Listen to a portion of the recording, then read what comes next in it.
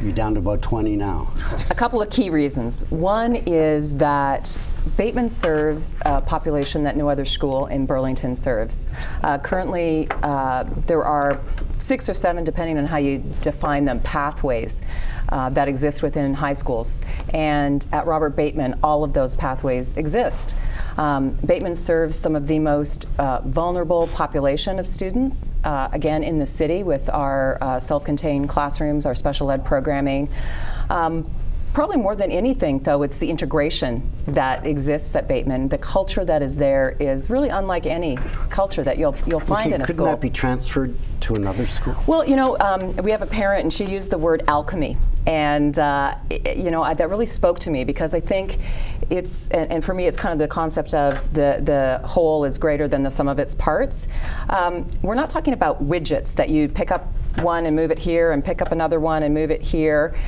There is something about the combination of the programs, and I'll give you an example. If you're a student in our special ed programming, you have the ability to move from special ed as your base. You can move into essentials programming for a class. You could move into an applied program, for example. You could move into our culinary program. You know, Bateman has got some of the best facilities in the city, by the way, that exists there now, including, you know, this world-class kitchen facility. And so again, students in that program can shift all the way through the pathways, and it goes always right up to our international baccalaureate students who can move back and forth as well. Okay, let's hear from Pearson and get a 30-second talk about why Pearson shouldn't close. So Pearson's, a lot of people may not realize, it's actually the second youngest school in Burlington. And it's over 40 years old, which is just a testament to how long these things have taken on. But during that 40 years, it's also hosted a wonderful co-op nursery program. It's absolutely unique in the board.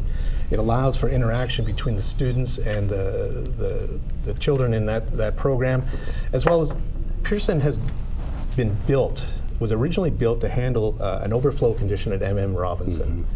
And certainly dynamics change demographically. Pearson's numbers right now are low. Part of that was when Hayden opened up, there was a reboundary that created some of the issues. But amazingly enough, Hayden right now, as we all know, is very overloaded. So we're conveniently located. We're physically the closest school to them. There's a lot of overlap on walking boundaries and that. It seems that once again, that there's some obvious answers there. Lisa, what do you think the board would say to that explanation about Bateman closing and why it should close? Well, what the board has said is they believe that the programs are movable. They believe that it's worth recreating everything that currently exists at Robert Bateman. So all of the facilities. And didn't they just spend an awful lot of dollars revamping Bateman? They did. So, okay. Right, so lots of investment in Bateman in the last 3 years, into the millions of dollars worth of investment. So what they would say is it makes perfect sense to take the students from Bateman, rebuild, spend about $12 million into Nelson, and simply move them. We don't think that's a very good argument. Casey, what would you say to that? Well, I think what we all want is some creativity here. The people making these decisions need to really know these neighborhoods, know these schools, know the students. And we're lucky that we have trustees that understand their areas. And the trustees, of course, well, okay, you're shaking your head, but the trustees would know kind of the unique elements of their neighborhood. I keep going back to this. This doesn't taste good to me. You know, these. Is it the process, Casey? Is it the numbers game, the horizon that the Halton School Board looks at, which is probably not longer than 10 years, where if you're in planning at the city, who we'll have on in a moment, they're looking at 25, 30-year horizon. It's definitely been out of sync with the city's strategic plan, for sure. There's no question, but I guess the amount of time, like certain schools like Bateman was just thrown on there not that long ago, Nelson was, Central originally, they had time to really put up their sort of look creatively at what they could bring to the table. So to me, it feels extremely rushed. I mean, once you close a school, especially when you pave it over, it's gone. I've seen 4 in Burlington, in South Burlington, where it's gone. There's houses there now, and this just feels rushed, because when you ask certain questions, like why can't we creatively look for a no schools closing option? There hasn't But been. isn't that a provincial issue, though, Yeah. rather than a local issue? Well, from what I understand on it, the province has not mandated that we have to close schools. It's really, there's a number of criteria, and that what they really said is when these trigger points happen, take a good look at what you're doing and make sure you're doing the right thing on a few dimensions. Our board proudly talks about the importance of the student experience, and none of us can disagree with that. And they keep pointing to larger, enables more opportunities and cases where you have, and those are typically schools over 1,000 enrollment. Below 600, they say, there's other benefits. Well, we in Burlington actually have a unique situation where we have a lot of schools that are potentially in that middle gap. Citywide, we're sitting at 75% utilization right now, growing to 80% by 2020. So if we were reasonably balanced, there's a lot of boards that would be thrilled to have those kind of numbers right now. There are a lot of rural boards who cannot pull in those kind of numbers, and they're faced with a much bigger challenge than we have. We do not have a reasonable distribution. That's probably one of the challenges I see here. But isn't a redistribution just rejigging the boundaries? It is if we use hard wall fences like boundaries. All the schools. Well, I think you'd agree that you have to have boundaries for particular schools, or no, you don't think so? Well, that's a bigger discussion. It's part of it. Yeah, I think it is part of it. I mean, Okay. part of what we're saying, and I want to just go back to your point and the notion of creativity. One of the things that happened, so both Steve and I were part of the PAR committee and have lived to tell about it. It was an amazing, challenging, difficult, insane process. And Why insane? because I think a lot of us have likened it a little bit to an episode or multiple episodes of Survivor. Because the way, and this is one of my biggest problems with this whole process, is the way this was positioned by the board. It wasn't, we have a problem, we have 1,800 empty pupil seats, we need a solution. We need to be innovative, we need to be creative. It was, we have a problem and we need to close schools. PAR committee, your job, tell us which schools to close. That to me set us up from the beginning, which was... Well, is that the director of education that needs to be taken to task for those kinds of directions? Or is it the trustees that are giving particular direction? Why doesn't your trustee stand up and yell and scream about this? And let me say she does. Let me say she does. I could not be more proud of Amy Collard. I have to say that in terms of advocacy, I sat through the trustees meeting last week and she was on fire. She is kicking and screaming. How many people did she change? How many people's mind did she change? Don't know. Because if you don't change anybody's mind, you haven't done anything for your representatives. Amy is one of the trustees who now is going to take the director's recommendation and make a decision. So that's the task that how many trustees are 11. there? 11. Yeah. Those 11 4 are going to from make Burlington. that decision. Yeah. To me, there just hasn't been enough time. Like this is the thing. We're a bright community. Burlington is supposed to be, what, the second, or is it the first best city to live in Canada? Yeah. Go back to your citizens and say, get together and come up with a creative solution. This is a very divisive process. Everybody up front was saying, we're not going to, but in the background, there were people saying, close. Nelson and Bateman are too close. Close Bateman. One because of geography, but this is not just about geography. It's not. That's my point. Okay. Absolutely. Go ahead. I wanted Steve. to build on that point because, as Lisa said, we both had the fun of participating in this committee, and honestly, By mandate, there was 4 meetings scheduled, 4 working sessions. We stretched it out to 7. And quite frankly, the 7th one was the best one. If we'd had that one at the very beginning, it would have been better. The last one was about come out with creativity, innovation, and work on it. And what creativity or innovation did you come up with to result in neither of these schools being closed? There's not concrete answers, do this, do that. It was a real drive, I think, to work with a bunch of the population. So you're extending the process, as Casey says, and you'll pardon me for saying this, but it's like negotiating. Until you get to the 11th hour, 11:59, and you're going out on strike at noon. At 12, you don't get a result. So I'm not sure that extending the process and getting all these good things is doing much more than just extending it for the sake of extending. No, I totally so what would you say? I disagree wholeheartedly because of this.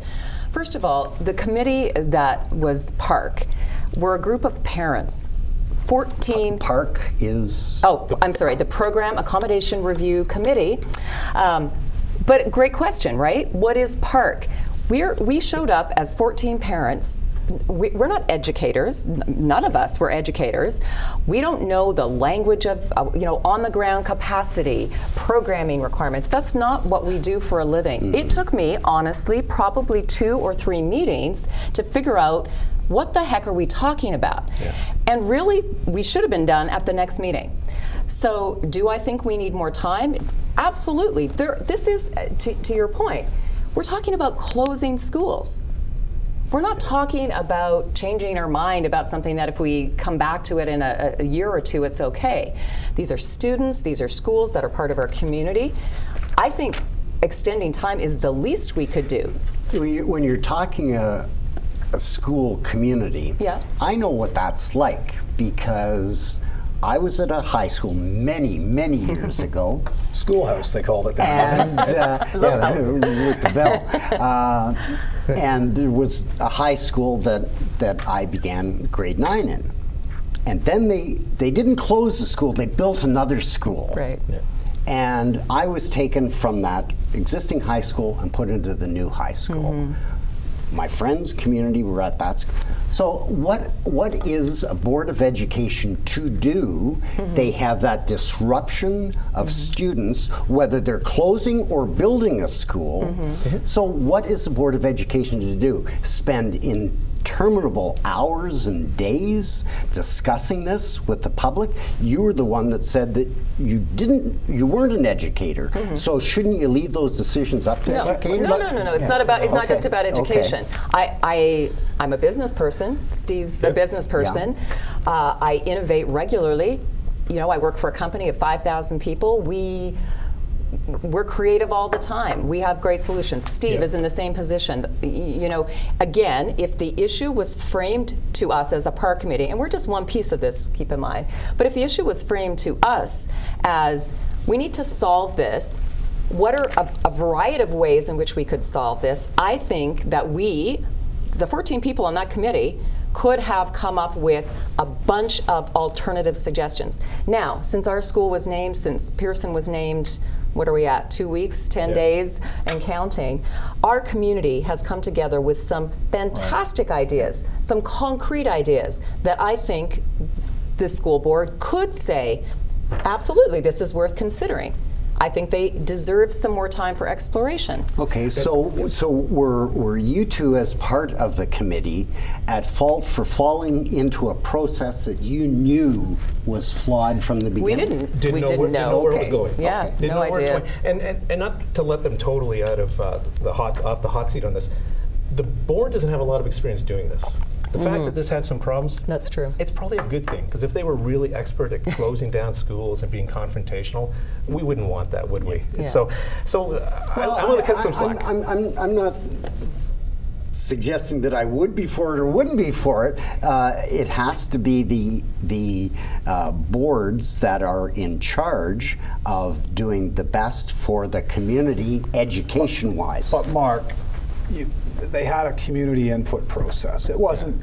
It was a public. It was supposed to be well. It was flawed. What I thought was a dialogue with the public was a series. It was a do-it-yourself series of things on the walls for people to read. Welcome to municipal politics as well, because that's what they do. But people that live in communities and neighborhoods, they need to fight. They need to stand up. You might be right, but there wasn't one obvious school in Burlington. It's not like there are other communities where there might be one that stands out. The school might be decrepit. There might not. It might be an easy fix in other places. It's not an easy fix here, but you got to let people have their say.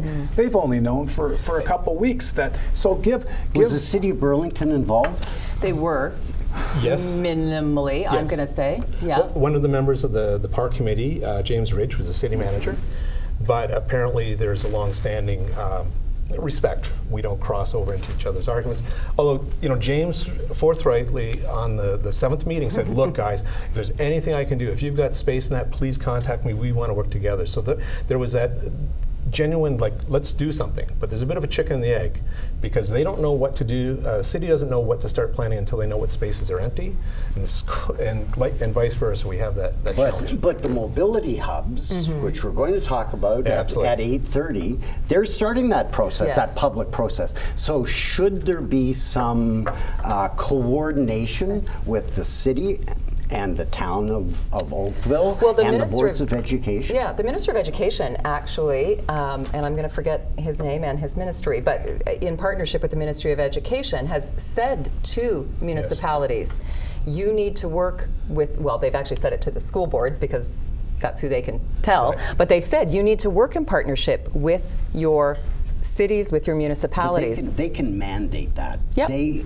both are, the school board and the city or town are children of the province. Yes. It wasn't mandated here, Mark. They had somebody sitting through the process, but it's happened very quickly. It's gone.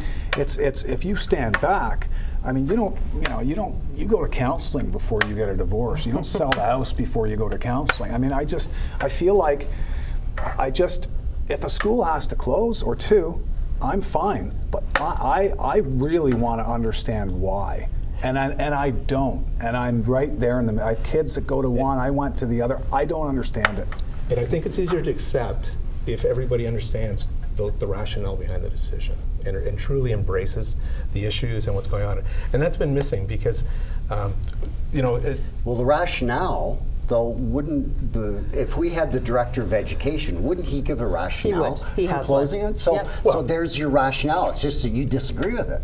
No, I guess I just haven't seen the evidence that closing the schools generates that result. I wish I could bring the graphic, because data we were provided with looked at the course conflicts across all the schools in Halton. Burlington, on average, the course conflicts are running 23%. Next down, Milton, sitting down there at 13%. Oakville, down at 11%. Burlington is very high. The argument is it's because we've got a lot of small schools. Well, if you look at our largest schools, which are Hayden and Nelson, which are in the 1,000+ family, you look at the 1,000+ group, and now you've got Oakville in there, you've got the Milton ones, we're performing poorly. There are a few schools in Oakville that are doing something right. They're down at 2 to 5% conflict rates. Why aren't we understanding what they're doing right and learning from that? Okay, now in the last, and we've only got 2 minutes left, I'm going to give Lisa an opportunity to talk for 1 minute and Steve, you for 1 minute about exactly what you want to tell the public out there and how to get them involved. I want to tell the public to get involved, so to be paying attention, to go and listen to the delegations. I think that's probably one of the best things people could do is on the 11th and the 8th of this month. On both nights there will be 25 spots where members of all of our communities can come forward in front of the trustees, in front of the 11 trustees, and tell their stories, bring their business case, bring their argument, bring it forward. So if you want to understand what the communities have to say, what they think is important, you know, it'll be live streamed as well. If you can get into the gallery, get in, watch it, and let your trustees know what you think. Whether you have kids in the school or not, this impacts your community. Absolutely. So let your voice be heard as well. That's what I'd want people to do. Okay, Pearson? Likewise, the decision is in the hands of 11 trustees. It's not in the administration from the board. They're the. I'm not sure about that. Well, okay. Go ahead anyway. I'm told that the 11 trustees could actually come up with something totally different. I don't think they're going to go that radical. I was extremely encouraged by the questions they were asking last Wednesday. It showed that they were truly interested in getting to what's going on. Unfortunately, they ran out of time to finish asking their questions. So I definitely, Lisa, you're right. Get out there, get involved, because there's a lot of, there's still time to influence this. I raised one of the flags that I saw last week was that we have, for a couple of reasons, not had the teachers' input to this. And we talk about educators. There is a pool of people that spend day in, day out, and I got to believe there's a lot of creativity there. I know there is. If they want to tap into it for these reasons when the school board is their employer. Yeah. Okay. But this isn't over yet. This is over. not over yet. I'll guarantee you that, because this is now it's sort of in a critical stage. But I have some faith in the trustees, at least the ones I know personally. I don't know all 11, but there just hasn't been enough time, Mark. And any reasonable person that stood back and looked at this process, they could not look somebody who really cares about this in the eye and say that there's been enough time. Okay, so it's May 8th and 11th at the Halton District School Board on Guelph Line. People get out there, get involved. If you believe one way or the other about closure of Bateman or Pearson, and I think both schools have some huge benefits to the community. I don't want to be all negative about this. I really do feel that they have a lot of community if you can get that community input, then you can find a creative solution to it. And so thank you very much for joining us. And stay with us. Casey and I will be right back.